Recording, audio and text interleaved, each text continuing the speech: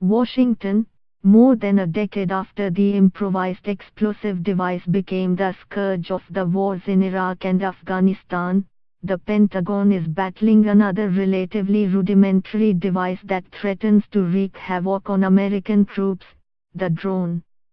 Largely a preoccupation of hobbyists and experimenting companies, the vehicles are beginning to become a menace on the battlefield, where their benign commercial capabilities have been transformed into lethal weapons and intelligence tools. Instead of delivering packages, some have been configured to drop explosives.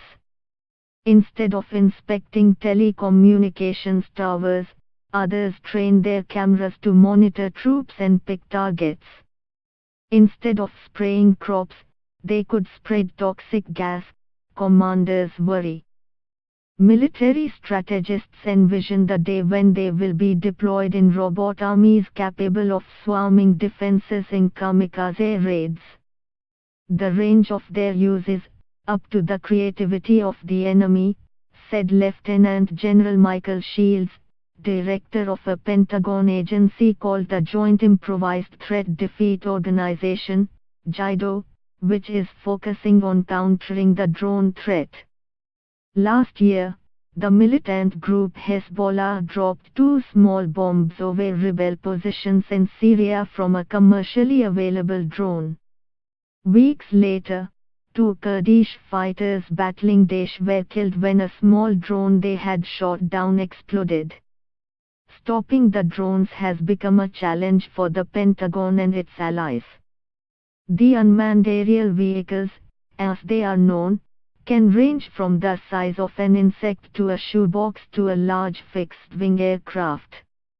Although they have not been anywhere near as deadly as IEDs, drones could become more lethal as technology improves, military officials fear. In response, the Pentagon is attacking what it sees as a potentially major threat, working to develop lasers and microwaves to blast drones from the sky. Tucked away in a nondescript office park, JIDO's headquarters is the nerve center of the effort, tracking incidents around the world and working with academia, startups and venture capitalists to stay on top of the latest in drone technology. It's almost like the early days of the counter-IED effort, Shields said. The office opened in 2006 initially to combat IEDs, but as the enemy evolved, so too has JIDO, which now handles all sorts of improvised threats, such as vehicle-borne IEDs, suicide bombers, booby traps and, now, drones.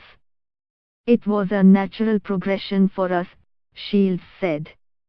Aimed at, and drone, movement. The change was made because of Daesh's use of drones, he said, adding that the use of drones is a regional problem and a global problem.